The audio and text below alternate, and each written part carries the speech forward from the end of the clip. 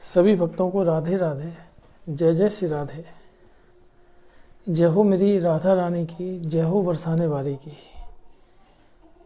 सभी भक्तों को बरसाना धाम से प्यार भरी राधे राधे। आपका दिन मंगलमय हो। श्री जी आप सभी के ऊपर कृपा करें, आप सभी को बरसाना धाम बुलाती रहें। तो आज का जो लाइव सेशन है वो मैं अपने घर से, जैसा कि मैंने आपको बताया भी था कि हमारा जो एक स्टूडियो जो आप सबके सहयोग से जो तैयार हुआ, सोचा आज उसी स्टूडियो से आपको लाइव आनंद दिया जाए। तो आज मैं आपको एक बरसाना धाम की एक सत्य घटना सुनाने वाला हूँ। आप सभी जुड़ जाइए और सभी से यही अनुरोध है कि जितने भी भक्त जो लाइव सेशन देख रहे हैं सभी ज़्यादा से ज़्यादा शेयर कर दें, ताकि और भी भक्त जो इस लाइव को देख रहे हैं सभी को ये आनंद प्राप्त हो सके। और इस जो पूरे सेटअप में काफ़ी टाइम लगा, लेकिन आखिरकार यह पूरा हमारा मेरी राधा रानी जो सेटअप है वो तैयार हो गया है। आप सभी को मेरी आवाज़ बाकायदा क्लियर आ रही होगी, आप सभी सुन रहे होंगे, तो सभी जुड़ जाएं, आनंद लें। उसके बाद में एक बहुत ही सुंदर सत्य घटना आपको सुनाने वाला हूँ। सच में आपका मन प्रसन्न हो जाएगा और सच में श्री जी के ऊपर आपका जो भरोसा है ना, जो भरोसा तो आपका है ही है, लेकिन और भरोसा जुड़ जाएगा कि कैसे श्री जी अपने भक्त के लिए सब कुछ करने के लिए तैयार हो जाती हैं। जी हाँ, यह जो बात जो मैं आपको बता रहा हूँ, जो सत्य घटना, वो एक ब्रजदास नाम का एक भक्त था, श्री जी का अनन्य भक्त था, जो कि श्री जी के लिए अपना सर्वस्व उसने त्याग कर दिया था।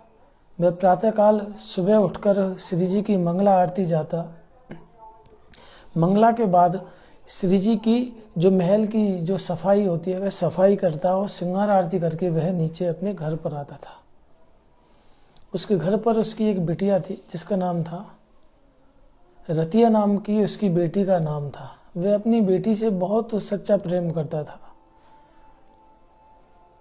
वह अपनी बेटी के साथ अपना जीवन यापन करता था, खेती बाड़ी करके जितना भी कुछ उसे जो मिलता था वह उसी से अपना पालन पोषण करता और श्री जी के दर्शनों के लिए नित्य प्रति वह जाता आता रहता था। तो एक दिन क्या हुआ कि बरसाना में एक संत महात्मा ब्रजदास के पास आए और ब्रजदास को कहने लगे, ब्रजदास मुझे नंदगाम जाना है, ब्रजदास मुझे नंदगाम जाना है, तो तू वो नंदगाम छोड़ देगा। तो ब्रजदास ने कहा, महाराज मैं आपको अवश्य नंदगाम छोड़ दूंगा, लेकिन आपसे एक विनती है मेरी। विनती क्या है? तो ब्रजदास ने कहा, महाराज मैं आपको छोड़ तो दूंगा, लेकिन आपको बरसाना से बहुत सुबह के टाइम निकलना पड़ेगा। महाराज जी ने कहा, ऐसा क्यों? तो ब्रजदास ने कहा कि क्योंकि मैं आपको लौटते समय छोड़ तो दूंगा, लेकिन लौटते समय मुझे लेट ना हो, तकरीबन मैं 9-10 बजे अपने घर पर आ जाऊं, इसलिए हम सुबह प्रातःकाल जल्दी चलेंगे ताकि हम जल्द से जल्द घर वापस आ सकें। संत महात्मा ने कहा, ब्रजदास मैं सुबह प्रातःकाल 4 बजे अपना सारा सामान पैक कर लूँगा, आप 4 बजे मेरी कुटिया पर आ जाना। मैं अपनी कुटिया से हम 4 बजे प्रातःकाल नंदगाम के लिए निकल चलेंगे। तो ब्रजदास सुबह प्रातःकाल 4 बजे उस संत की कुटिया पर पहुंच गए और संत महात्मा को दंडोत प्रणाम करके कि महाराज जी चलें, हम प्रस्थान करें नंदगाम के लिए। तो महाराज ने अपना रात्रि में सारा सामान पैक कर लिया। बहुत ध्यान से सुनिएगा, बहुत आनंद आने वाला है। सभी शेयर करते हैं ताकि और भी भक्त जो श्री जी के प्रति जिनके जो अटूट विश्वास है ना वो और गहरा हो जाए। प्रातःकाल 4-4:15 बजे ब्रजदास और संत महात्मा अपनी कुटिया से नंदगाम के लिए रवाना हो गए। धीरे धीरे चलते रहे। गाजीपुर आया, संत महात्मा बैठ गए।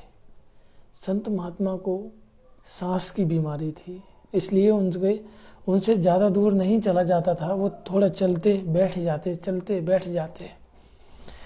नंद गाजीपुर आया, संकेत आया, बीच बीच में महात्मा कई जगह रुककर पड़ाव लेने लगे। चलते रहे और आखिरकार नंदगाम पहुंच ही गए। ब्रजदास के ऊपर महात्मा का सामान था, जो भी उनका पोटली में बंधा हुआ सामान था। महात्मा के हाथ में ठाकुर जी थे और ठाकुर जी के प्रसाद रूपी जो उनका सामान था वो महात्मा के हाथ में था। तो महात्मा ने कहा, ब्रजदास रुको। ब्रजदास ने कहा, हाँ महात्मा जी। बोलने लगे, मुझे इसी मंदिर में पहुंचना है, आप यह सामान की जो गठरी है वो यहीं उतार दो। हम यहीं आना चाहते थे, आपने बहुत कष्ट पाया हमारे लिए, आप यहाँ बैठ जाइए, सामान उतार दीजिए और ब्रजदास मैं आपके लिए जल लेकर आता हूँ। तो ब्रजदास ने कहा, महात्मा बाबा मुझे जल नहीं पीना है।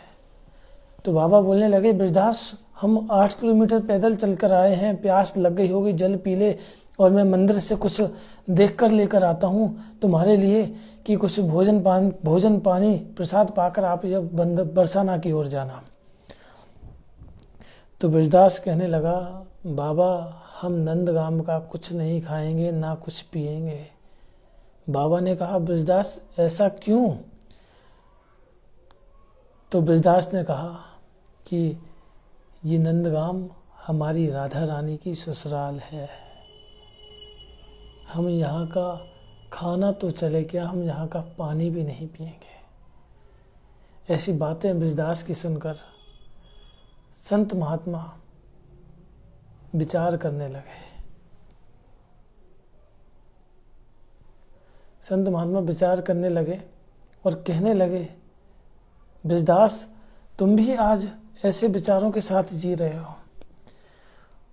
ब्रजदास ने कहा, हाँ महात्मा जी, हम यहाँ का पानी क्या जल क्या अन्न कुछ भी नहीं खाएंगे, हम ऐसे ही रहेंगे, क्योंकि अपनी बेटी के यहाँ का हम कुछ भी नहीं खाते हैं। लेकिन जब वह नंदगाम आए तो स्वयं ठाकुर जी प्रसन्न हुए उनकी ऐसी बातें को सुनकर कि राधा रानी का ऐसा भक्त जो नंदगाम से कुछ नहीं खाएगा ना कुछ पिएगा, फिर भी प्यास भी लग रही है, फिर भी भूखा वापस जाएगा। तो ब्रजदास ने महात्मा से अनुमति मांगी और कहा, महात्मा जी मुझे घर जाना है, रतिया अकेली होगी, मुझे घर पहुंचना है। तो संत महात्मा से आज्ञा पाकर ब्रजदास आगे की ओर बरसाना की ओर चलने लगा और मुख से श्री राधा श्री राधा श्री राधा श्री राधा बोलता हुआ आगे की ओर बरसाना की ओर रवाना हो गया। लेकिन ठाकुर जी को दया आई, ठाकुर जी को ब्रजदास के ऊपर दया आई कि कहीं ब्रजदास को अगर प्यास लगी तो मैं उसके लिए पानी की व्यवस्था करूंगा। तो स्वयं नंदगाम से ठाकुर जी ब्रजदास के पीछे पीछे चल दिए। बहुत सुंदर लीला है, अभी ध्यान से सुनिएगा, बहुत सुंदर सत्य घटना मैं आपको बता रहा हूँ। और सभी से यही है कि ज़्यादा से ज़्यादा शेयर करें ताकि और भी भक्तों को श्री जी की जो करुणा है, श्री जी कितनी करुणामयी है, उस पर विश्वास होगा। तो ब्रजदास आगे आगे राधे राधे बोलकर चलते रहे। पीछे से ठाकुर जी पीछे की ओर पैदल पैदल चल गए, नंगे पैर। दोपहर का समय, ठीक दोपहरी में ब्रजदास राधा राधा राधा राधा श्री राधा कहते हुए आगे की ओर चलते रहे। ठाकुर जी पीछे थे, ब्रजदास आगे आगे चलते रहे। जैसे ही वीरान जंगल में जब धूप के समय आकर जब ब्रजदास की जो शक्ति थी, चलने की शक्ति, वह खत्म हो गई और एक पेड़ के नीचे आकर वह मूर्छित होकर गिर गए और जोर से उनके मुख से श्री राधा नाम जो निकला और ब्रजदास मूर्छित होकर गिर गए। अब ठाकुर जी को दया आई, ठाकुर जी ने ब्रजदास को काफी जगाया, ब्रजदास सुनो। लेकिन ब्रजदास मूर्छित अवस्था में श्री राधा श्री राधा श्री राधा श्री राधा कहते रहे, मूर्छित होकर गिर गए। जब काफी प्रयास के बाद जब ब्रजदास को होश नहीं आया, ठाकुर जी को दया आई तो ठाकुर जी पहुंच गए स्वामिनी जी श्री लाडली जी महाराज के पास। और श्री जी के पास पहुंचकर बोलने लगे, हे लाडली जी, हे स्वामिनी जी, आपका एक भक्त जो कि बरसाना का एक भक्त एक पेड़ के नीचे भूखा प्यासा बैठकर आपका नाम ले रहा है। श्री जी को जब जैसे ही पता चला कि मेरा कोई भक्त मेरा इंतजार देख रहा है, तो श्री जी सब कुछ छोड़कर जाने लगी उस ब्रजदास के पास। कहने लगे, प्यारे कहाँ है मेरा भक्त? तो ठाकुर जी ने रोका, किशोरी जी सुनो सुनो, किशोरी जी सुनो तो सही। श्री जी बोलने लगी, हाँ बोलो प्यारे, क्या कहना है? मुझे अपने उस भक्त के पास जाना है। श्री जी, ठाकुर जी ने बोला, स्वामिनी जी आपका भक्त प्यासा है, भूखा है, सुबह से उसने कुछ नहीं पाया है, बस सिराधे सिराधे कह रहा है। आप अपने भक्त के लिए भोजन और जल लेकर जाएं, क्योंकि उसकी जो भूख जो है बहुत ज़्यादा है, वो प्यासा है, भूखा है। श्री जी ने एक पीतल के पात्र में भोजन लिया और जल एक घड़ा, छोटे से घड़े में लेकर श्री जी ब्रजदास के पास जाने लगे। ठाकुर जी ने फिर से रोका ब्रजदास को। ठाकुर जी ने फिर से रोका श्री जी को, श्री जी रुको, आप इस रूप में जाएंगे उसके पास? वो तो पहले से मूर्छित है और आपके दर्शन करके फिर से मूर्छित हो जाएगा, वो क्या पाएगा? तो ठाकुर जी ने बोला, आप ऐसा करो, आप उसकी जो बेटी है रतिया का रूप धारण करके जाओ। आप रतिया का रूप धारण करके या प्रसाद लेकर जाओ। श्री जी ने ऐसा ही किया। श्री जी बाल रूप में उसकी रतिया की बेटी का रूप धारण करके ब्रजदास के पास पहुंची, और जैसे ही ब्रजदास के पास पहुंची तो बोलने लगी, पिताजी मैं रतिया आपके लिए भोजन लाई हूँ, जल लेकर आई हूँ, आप पानी पीजिए। जैसे ही ब्रजदास ने इतनी प्यारी सी कोमल आवाज जब सुनी तो ब्रजदास की आंखें खुलने लगी। ब्रजदास की जब आंखें खुली तो ब्रजदास ने देखा कि उसकी बेटी उसके लिए भोजन लेकर आई है। ब्रजदास अपनी बेटी के चरणों में पड़ गया, उसकी सुंदर आवाज़ सुनकर चरणों में पड़ गया। और जब भोजन प्रसादी का भूखा ब्रजदास भोजन प्रसाद पाने लगा और जल ग्रहण करने लगा तो स्वयं राधा रानी बोलने लगी कि पिताजी मुझे घर जाना है, घर पर मेहमान आए हुए हैं, आप प्रसाद पाकर जल ग्रहण करके जल्दी घर लौटे आना। ब्रजदास ने कहा, जा बिटिया जा, मैं प्रसाद पाकर घर लौट आऊँगा। ऐसा कहकर जो बाल रूप में रतिया के रूप में जो राधा रानी थी वह वहाँ से चल दी और कुछ दूर जाकर अदृश्य हो गई। ब्रजदास भोजन प्रसाद पाकर जो पीतल के जो बर्तन थे वे अपने साथ लेकर शाम के समय घर पहुंचा।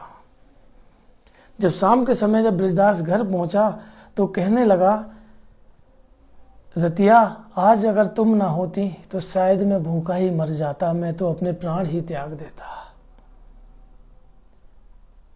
तो बेटी बोलने लगी, पिताजी आप क्या कह रहे हैं? तो ब्रजदास बोला, हाँ तुम ही तो मेरे लिए भोजन और यह जल लेकर आई, देख इसी बर्तन में तो तुम मुझे भोजन लेकर आई। और कहाँ है वो मेहमान जो तू बोल कर आई थी जब मैं उस घर जा रही हूँ क्योंकि मेहमान आए हुए हैं? तो रतिया जो उनकी जो बेटी थी वो कहने लगी, पिताजी यहाँ तो कोई मेहमान नहीं है, ना मैं आपके पास गई ना कोई यहाँ मेहमान आए। ब्रजदास समझ गए कि स्वयं श्री जी मेरे लिए भोजन प्रसाद लेकर आए। तभी जब जैसे ही पता चला ब्रजदास को कि श्री जी ने मुझे दर्शन दिए तो ब्रजदास अपनी बेटी के चरणों में पड़ने लगा। बेटी कहने लगी, पिताजी आप यह सब क्या कर रहे हैं? तो ब्रजदास ने कहा, मुझे तो तेरे रूप में ही श्री जी के दर्शन हुए। बिटिया अगर तुम ना होती तो आज शायद श्री जी मेरे पास नहीं आती और इस अधम को पता ही नहीं चलता। तो ब्रजदास अपनी बेटी के चरणों में पड़ने लगे और खूब बिलख बिलख कर रोने लगे कि मैं लाडली जी को नहीं पहचान पाया। श्री जी कितनी भोरी हैं, कितनी करुणामयी सरकार हैं जो मैं नहीं पहचान पाया। इस अधम पर श्री जी कृपा करने के लिए आई। छोड़कर श्यामा जू का साथ लाडली दौड़ी चली आती है। जब कोई भक्त श्री जी का जब कष्ट में होता है तो श्री जी सब कुछ छोड़ देती है और पहुंच जाती है अपने भक्त के पास। जैसे श्री जी ब्रजदास के पास पहुंची थी, उसी तरह एक टेढ़ कदम की एक सत्य घटना शायद मैंने आपको पहले भी सुनाई थी और अब फिर से सुना रहा हूँ कि टेढ़ कदम पर एक संत रहते थे जो कि निरंतर प्रातः काल 3 बजे स्नान आदि करके 3:30 बजे जो है भोर के समय से श्री जी की तपस्या करते थे। एक वृक्ष के नीचे 4 बजे बैठते और 12-1 बजे तक बाबा तपस्या किया करते थे। एक समय की बात, बाबा बीमार हो गए और बाबा प्रातःकाल नहीं जग पाए और जब बाबा सूर्योदय के बाद जगे तो रोने लगे और कहने लगे कि आज कैसा अनर्थ हो गया जो मैं प्रातःकाल भोर से पहले नहीं जगा। बाबा विचार करते करते रहे और बाबा सूर्योदय के बाद स्नान करने के बाद ठीक 8-9 बजे श्री जी के भजन के लिए बैठे और दोपहर में 3-4 बज गए। 3-4 बजे ठीक धूप में बाबा भजन करने लगे। जब श्री जी को नहीं देखा गया तो श्री जी ने देखा जब मेरा भक्त धूप में भजन कर रहा है तो श्री जी अपना आंचल लेकर टेढ़े कदम पर उसी संत के लिए छाया के रूप में अपनी चुन्नी श्री जी ने लगा दी।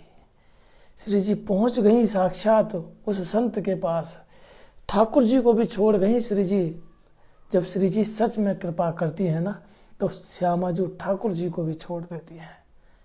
ऐसी हैं हमारी करुणामयी सरकार जो सभी भक्तों पर कृपा करती है। आप आइए तो सही श्री जी की शरण में, श्री जी दौड़ी चली आती हैं। ये तो अवगुणों पर भी रीझ जाती हैं। आप कभी ये भी ना सोचिए कि मैंने ये पाप किए हैं, कोई पाप कर्म राधे मेरे सामने आए ना। श्री जी तो आपके पापों पर भी रीझ जाएगी, बस श्री जी की शरण में तो आइए एक बार। तो देखिए श्री जी कितनी करुणामयी सरकार है। आप सब ने इसे कथा सुनी, सच में बड़ा ही अद्भुत आनंद आया होगा और मैं यही आशा करता हूँ कि श्री जी हम सभी के ऊपर कृपा करती रहें। तो चलिए मैं एक बार आपको अपना पूरा जो छोटा सा मेरी राधा रानी परिवार का जो एक स्टूडियो जो बना है वह मैं आपको पूरा एक बार दिखा देता हूँ कि किस तरह से हमने यहाँ सेटअप किया हुआ है।